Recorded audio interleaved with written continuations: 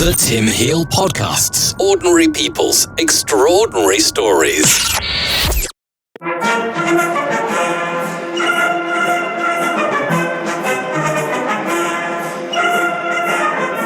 Welcome to Series 3 of the Tim Heale Podcast. This series is going to be all about other people. What I'm going to do is I'm going to be going out and I'm going to interview other people to get their life stories.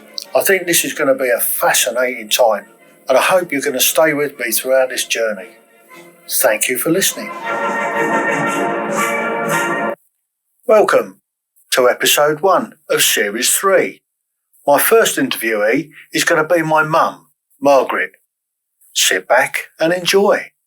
I was born in London on the 19th of November 1939. War had just been declared, but I didn't know obviously anything about it.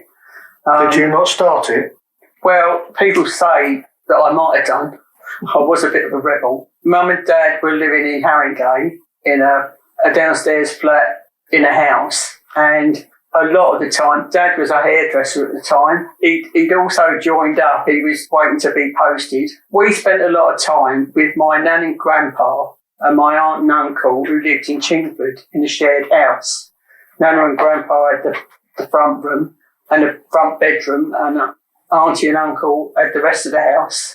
And my cousin John was born a year before me, so we were great friends, and there's a photo up there of me and my cousin John. I was a tubby little thing. My first recollection was, believe it or not, sitting on a potty in the front room on bare boards with a bit of tarpaulin down the front of the house, because we must have had some sort of bomb go off, and it obviously took the front of the house off. And I don't remember any more than that, whether they must have repaired it, but I don't remember living in the front room. We had the middle room, which was my bedroom and my sister's bedroom, when Joan came along. Joan came along 13 months after me, by which time I think Dad must have been in the army. So really, for the first 5-6 years of my life, I didn't know I got a dad. Mum used to talk about Dad, but it didn't mean anything to me. I started school, I think I must have been 4.5, probably down the bottom of the road, Woodlands Park Primary School. My first school uniform in Haringey was navy blue knickers with a pocket in, Liberty bodice with suspender belts to wear low, because we used to have to wear low tights, and I think a navy skirt and white blouse and cardigan. I think I was quite grown up when I got, with these suspender belts and suspender attached to the Liberty bodies. They were, I don't know whether you can still get them, but they were all we had to have a vest, a Liberty bodice, well covered up. And school was quite, we used every now and then, they'd get a delivery of this sort of chocolate powder with sugar mixed. We all used to go back home and get containers and go home, and they would give us sort of a container full of this chocolate powder, which made hot chocolate, which was a treat. Bananas were non-existent until I was 5. I didn't do my first sign of a banana. I couldn't believe. I didn't know what it was. I didn't know what you're supposed to do. Also, there was a little shop on the corner called Cassidy's, and he used to, every now and then, they'd get ice cream in. Lions made ice cream. And the word got round, and we all used to make a dash for Cassidy's with our footny bits to get an ice cream, which was another luxury. And there was a baker's down the side of the school, and we used to get penny donuts, which was, they were amazing. On the way to school, a warm penny donut was something else. And they were really strict in those days. I can remember getting wrapped across the knuckles because I'd made a blob, because we were allowed to use pens after a little while, and a blob of ink had gone on the paper, and I got wrapped across the knuckles. It was quite regimental. We used to walk Joan down to a nursery down St Anne's Road. We lived in Warwick Gardens, and at one end of the road was the Haringey railway line, and the other side of that was the Haringey Arena. We used to lay in bed listening to the Speedway when, later on after, when it was on. And the other end of the road was St Anne's Road. On the corner, there was the Everradio factory. I think Mum worked there for a bit. And then St Anne's Road went down to Tottenham. We had St Anne's Hospital a bit further down. We also used to go to the Saturday afternoon pictures up on the corner in the Gaumont, Hopalong Cassidy, Billy the Kid, things like that. Was that not Saturday morning pictures? That was Saturday morning pictures, yeah. During the war, we had, in the bedroom, we had an Anderson shelter, which Joan and me thought was great fun. You know, we thought it was, obviously didn't know what war was all about, and we really used to love sleeping in there. At my aunt and uncle's house, they had a shelter outside, and in the summer we used to get in there and lay and watch the barrage balloons. And at night time, you could see the searchlights. But it was all fun. We didn't realise what war was all about, luckily. You weren't evacuated at the beginning of the war, then? We did get evacuated for a little while to Kettering. We stayed with an old, I don't know how old he was, but I mean, to us, he was an old man. And he used to give us fruitcake and, would you believe, butter, which was a rarity. It's not as a treat. We weren't there very long, but it must have been in the summer because we went in Kettering, there's a lovely outdoor park and a little paddling pool, and I was paddling and got stood on a bee and got stung on the foot, which I remember, and Mum had to rush me to the chemist and they found a penny and put that on it. That's supposed to apparently pulled the sting out, and the penny's supposed to stop it stinging. But for some reason we weren't there very long. We came back to Haringey, but we did spend a lot of time in Chingford with my cousin. They were the posh part of the family. We had better toys and a big rocking horse that we used to love and a three-wheeler bike. And I can remember Joan fighting over who was going to have a ride. Anyway, she got on it and I managed to get her off it, got on it. And then as she's pedalling, As you were pedalling, you put her fingers in the chain? That's right, yeah. I was trying to think which way round it was. I know there was a bit of a fight about, and I managed to get her fingers caught. She put her hands to stop it. And I wouldn't stop, and she got her fingers trapped in the chain, which wasn't very nice. She always said I bullied her. Perhaps I did. I was quite forceful. Yeah, Mum used to get the pram, and we used to, one each end, go shopping. Obviously, when we went to Nan and Grandpa and Auntie and Uncle's, we had to get 2 buses. But it all seemed quite normal to us. And then I suppose I must have been 5 and a half, and one night there was a knock on the door. I mean, war must have been ended, and Mum answered it, and we shouted out, "Who is it?" And Mum said, "It's your dad." And I said, "Whose dad, mine or Joan's?" Because I didn't know, obviously, that we had, we only had one dad. I always thought we had a dad each. And poor Dad had a bit of a rough time, really, because, we'd grown up with just Mum. So having Dad around was, and then he was trying to discipline us a bit, and that didn't go down too well. We had a dog called Trixie, and I don't know what Trixie must have done, but Dad decided that he wasn't having that. He marched her up to the vet to get her put down, and the vet wouldn't do it, so we had to bring her back. And we had Trixie for, another 10, 12 years after that. Shortly after that, because Dad couldn't find work, he was a hairdresser before the war, and he had a shop up in Haringey High Street. But all that obviously went, and he couldn't get a job, so he decided that one of my aunt and uncles with the cousins had moved down to West Mersey Island, and they were working on a farm, and the farm were looking for people.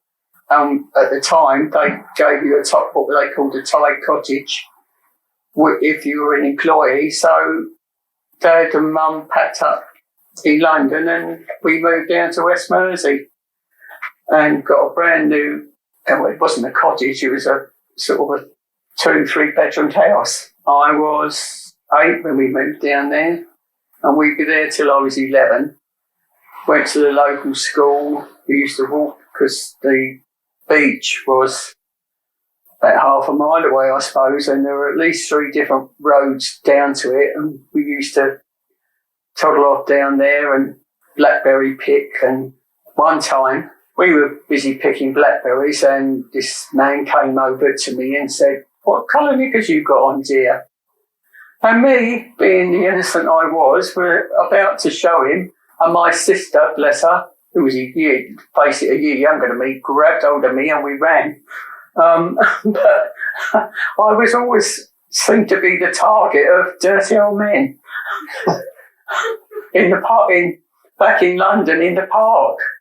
We were playing and went over to a shelter, and this man said, "Would you like me to try these handcuffs on you, dear?" And again, my sister dragged me away. There must have been something about me that drew dirty old men. Other than that, we used to walk down to the village school, and I failed my 11 plus there. Shortly That after, runs in the family then. yeah. Which is strange because, I mean, maths turned out to be my saviour because years later I worked for a company for 25 years doing maths, basically. We then moved on. Dad decided to specialise because he'd been working with pigs on the farm in West Mersey. Decided he liked to specialise, so he got a job working as a pigman in, I think it was near Aylesbury, Prince's Risborough, a little place called Kimberwick. And across the road, it was out in the middle of nowhere, but across the road, they had a hunting stables. They had kept the dogs there, and they used to do the hunt from there every so often, which was quite exciting to watch. We didn't think about them killing the foxes. We just thought they looked, the dogs and the horses and the men in their red was something else. After Dad came home from the war, obviously Mum and Dad made up for lost time, and Derek came along 9 months later. And I remember that night so clearly. We were sent off up the road to stay with Mrs. Ty. And when we came back, and it was quite a snowy night, I think. It was in March, and it was quite icy still because we had a really bad winter that year. It was absolutely horrendous. Yeah, we came back and we got a little brother. And it was after that Dad decided to move down to Mersey. What was that, 1946? Would have been 1946, yeah. Lived in Mersey until I was 11, just over 11. Then moved down to this little place in... That's work, take your time. I'm trying to think where we moved to after that. It's Kimberley. Oh, yes, we moved from there, when I was about 11, Dad got a job in a little hamlet called Pegston, which was in between Luton and Hitchin. There was what they called the Golden Mile, used to go from Luton to Hitchin, a road that went up and down, and it was in the spring, it was always beautiful. It was sycamore all the way down. The trees were just something else. But Dad worked for an estate, and there was a back road always used to use to get to Hexton, which was the local village. And in Pegston, it was just a little hamlet. There was just a little cluster of cottages with the piggery across the road that Dad worked in. And up the hill was a Methodist church where we used to go to Sunday school. And at Christmas, they decided to pick me to be Mary. And I was so proud of myself. I can remember vividly being dressed up as Mary, and I can't remember what I had to say, but it was quite an event. By then I was sort of 12, 13, and we used to walk through to Hexton, the back way, past Peely Fields and cricket on the green. And then there was the Queen's coronation, and there was a big street party in Hexton for the coronation and a dance in the village hall. And I got asked to dance to Bye Bye Blackbird, which I thought was just amazing. I thought I was really grown up. Also, there was a lad in the village who we used to call Trilby because he always had a hat on. And I think he was my first boyfriend. Well, not boyfriend as such, but anyway, showed interest. And he used to walk back through through the fields with me, and I got my first kiss, which again was something else, I suppose. All sorts of things went on there. We got plum trees in the garden, and Joan and me used to climb through the bedroom window at midnight and scrump plums because Mum dared us to eat these plums, but we were determined. There was also a field with a couple of cart horses that were kept in there, and me being an adventurous decided that I was going to ride one.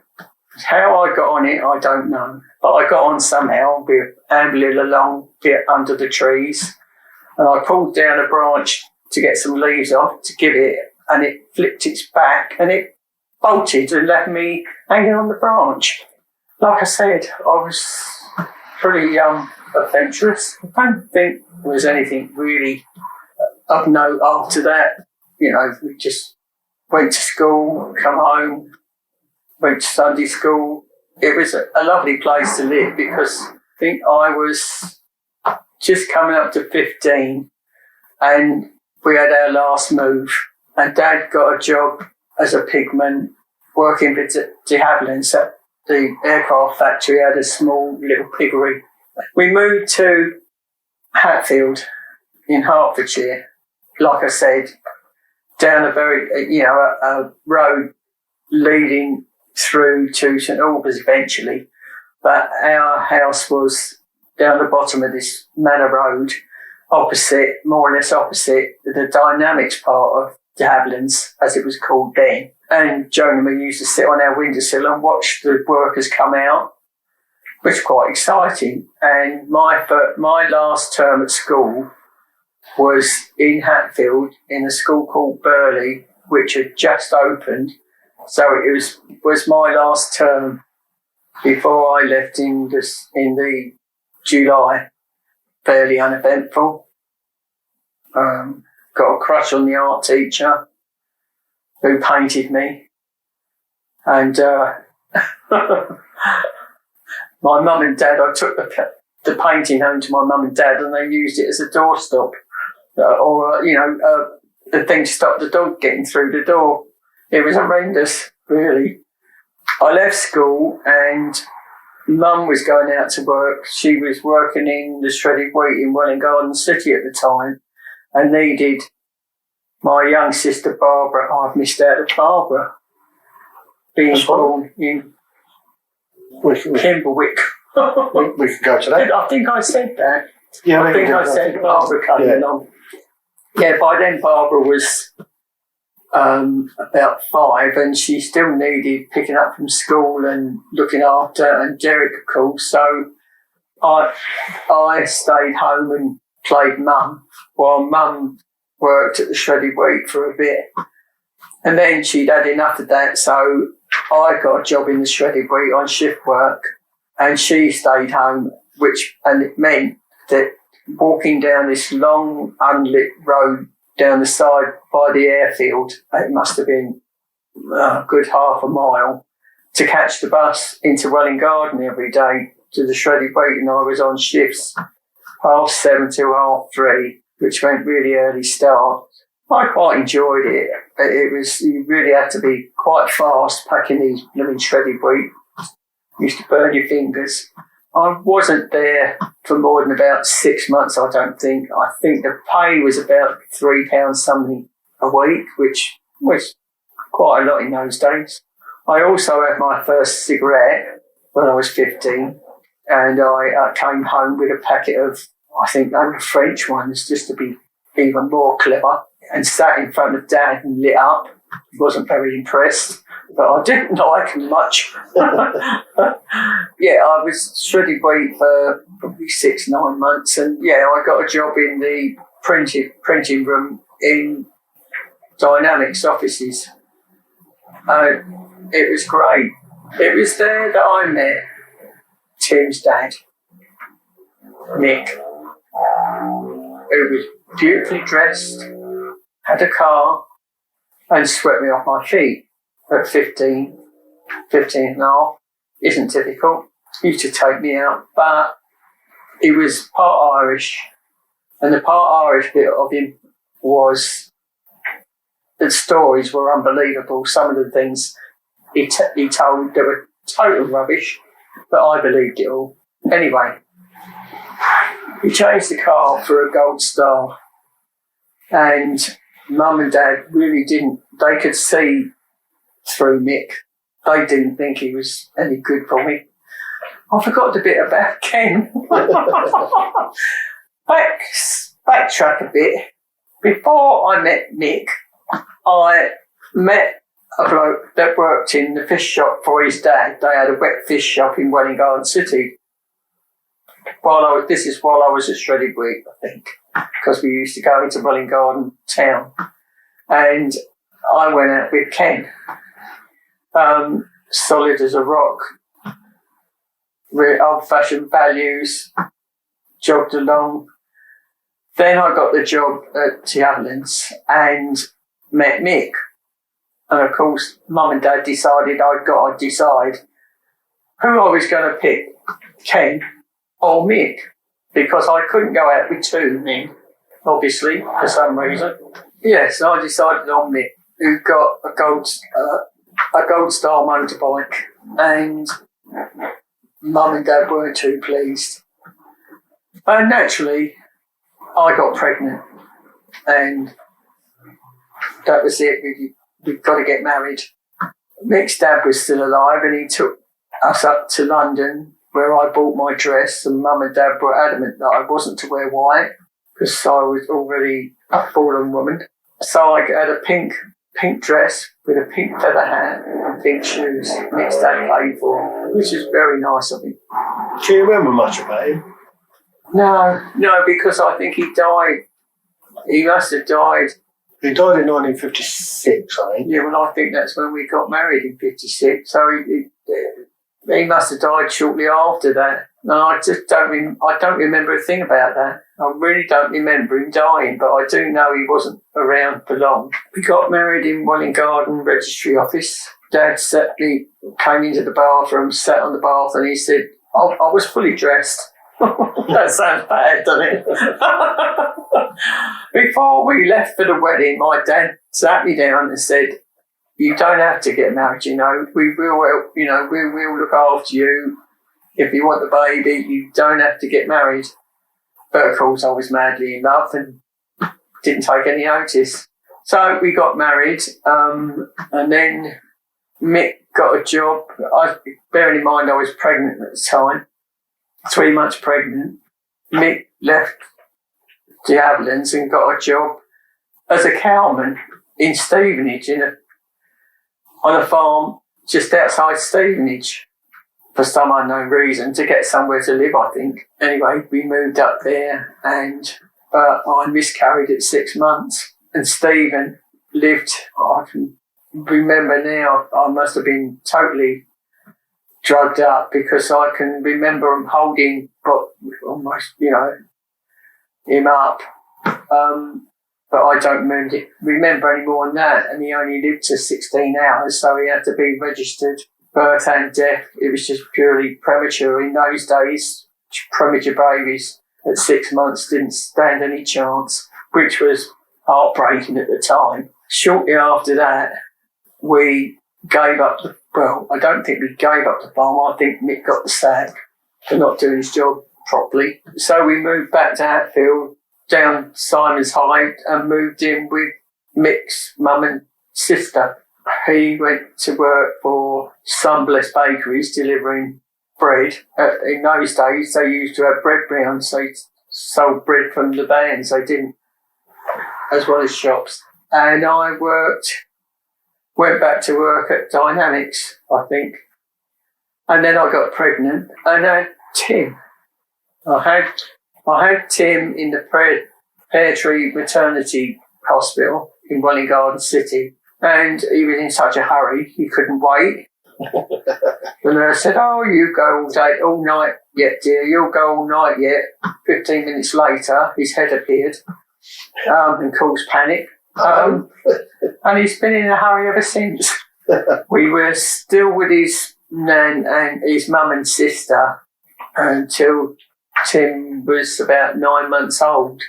And in those days, the council were building properties here, there and everywhere. And we got allocated a 3-bedroom house in Welham Green in Knowles Crescent. And I've got a photo of Tim outside in the front garden with his teddy, who's nearly as big as him. And we started married life there. It wasn't long before Mandy came along, who wasn't in such a hurry. She took all night. His mum and Shirley came to live with us for a bit. They were there when I had Mandy. Things didn't really work out because Mick and me had started sort of butting heads. It was a bit of a mummy's boy, so mummy stuck up for him, so that caused a bit of problems. Anyway, they stayed with us for a few months and then they got a flat in Hatfield. I think we were in Welham Green for about 3 years. I had Mandy there, and then we wanted to get back to Hatfield, really, where there was a bit more, not life, but more shops and things. Because I used to have to walk through from Welham Green to Hatfield to the clinic, the baby clinic, with Tim and Mandy on each end in the pram, and it was a good 2 or 3 mile walk, which in those days, everybody walked. So we did an exchange with a teacher who wanted to get back to Welham Green, and we moved to Hatfield into a 3-bedroom house in the Birchwood area. Homestead Road. 46 Homestead Road. By which time Tim was little lad. starting to get into mischief. I think, it's all a bit jumbled from there. I mean... I must have been about, 3.5. So Tracy was almost 4 when Tracy was born. Well, it was when we got to Hatfield that I got pregnant with Tracy, who apparently was a twin, but the twin didn't survive after 3 months, and Tracy came along, at which point Mandy... That was the winter of 63. The weather was atrocious. The morning Tracy was born we'd had a lot of snow and it had just started melting. I got up in the morning to get Tim and Mandy up in bed, and I started getting contraction. Mick phoned his mum, who lived down the road from us, and her and one of the Auntie Margie came racing up. Mick's shouting through the window, hurry up, she's having it. And they got in just in time to deliver Tracy. And then Dr. Jones came out and did the tidying up. Dr. Crane? No, it wasn't Dr. Crane. We were under Dr. Crane, but Dr. Crane wasn't on duty, so Dr. Jones came out, much to my because Dr. Crane was amazing. He was a brilliant doctor. He looked after us right from day one. Yeah, so Tracy came along. 6 weeks later, Tim and Mandy went down with flu. So I'd got them one each end of the settee, feeling really ill. And the midwife came out to look at the district nurse came out to check Tracy and rushed her straight into hospital with pneumonia. And they said that if 2 hours later, and they wouldn't have been able to save her, so she was in a bad way. And it was a terrible time, really, trying to cut myself in half. And the kids really had the usual tonsillitis and chesty coughs and things, and somehow survived through childhood. As they got older, Tim and Mandy started wandering off and playing, and one day they came back with Tim soaked to the skin from head to foot. He thought they were building round the corner and he'd fallen in a 6-foot trench full of water. He also decided one day that he didn't take what I said, didn't obviously register, and he decided he was going to stick a screwdriver in the plug in the hall just to test it to see if I was right, and it blew him across the room. Luckily, only blew him across the room, didn't kill him. And he also pushed the pram handles through. Now that was pushing Mandy through the front door window. It went straight through the window. I think she was on the other end of the pram when I pushed the pram. I can remember that. Yeah, that's what I was trying to... Yeah, he pushed the pram and Mandy through the front door window, which didn't go down well. He also set fire to the hedge next door, and Mr. and Mrs. Sampson were very... well, Mr. Sampson especially was very upper class. He didn't take kindly to that. So he was a bit of a rebel. He also had a friend who used to spend time with us, with a daughter called Michelle, a workman out in the garden, and they decided it was going to be great fun to lean out the window and spit all over him. Yes. He was a bit of a rebel. There's all sorts went on after, Mick and me weren't getting on. He started a taxi business, but spent most of his time. You don't really want on this, do you? You go in the pub. No. I've covered that in the past. Right. Thanks, Mum. I think that was fascinating, and I hope my listeners are going to enjoy it just as much as I have. Thank you for listening.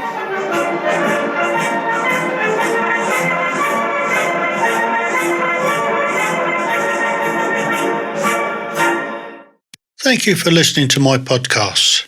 If you have enjoyed them and your podcast app allows, please leave a comment or review, and please share them with your friends. The reason I got into this podcast malarkey in the first place is so I can leave a legacy for my children and my grandchildren in the years to come, so they will know what I did with my life. I wish my grandparents had done the same for me. Unfortunately, they didn't. In my latest series of podcasts, I'm giving people the opportunity to leave their own legacy for their families for the future. If you have any criticism, negative or positive, and you wish to get in touch with me direct, you can email me at timheale@hotmail.com. That's timheale@hotmail.com. I thank you for your time, and thank you for listening.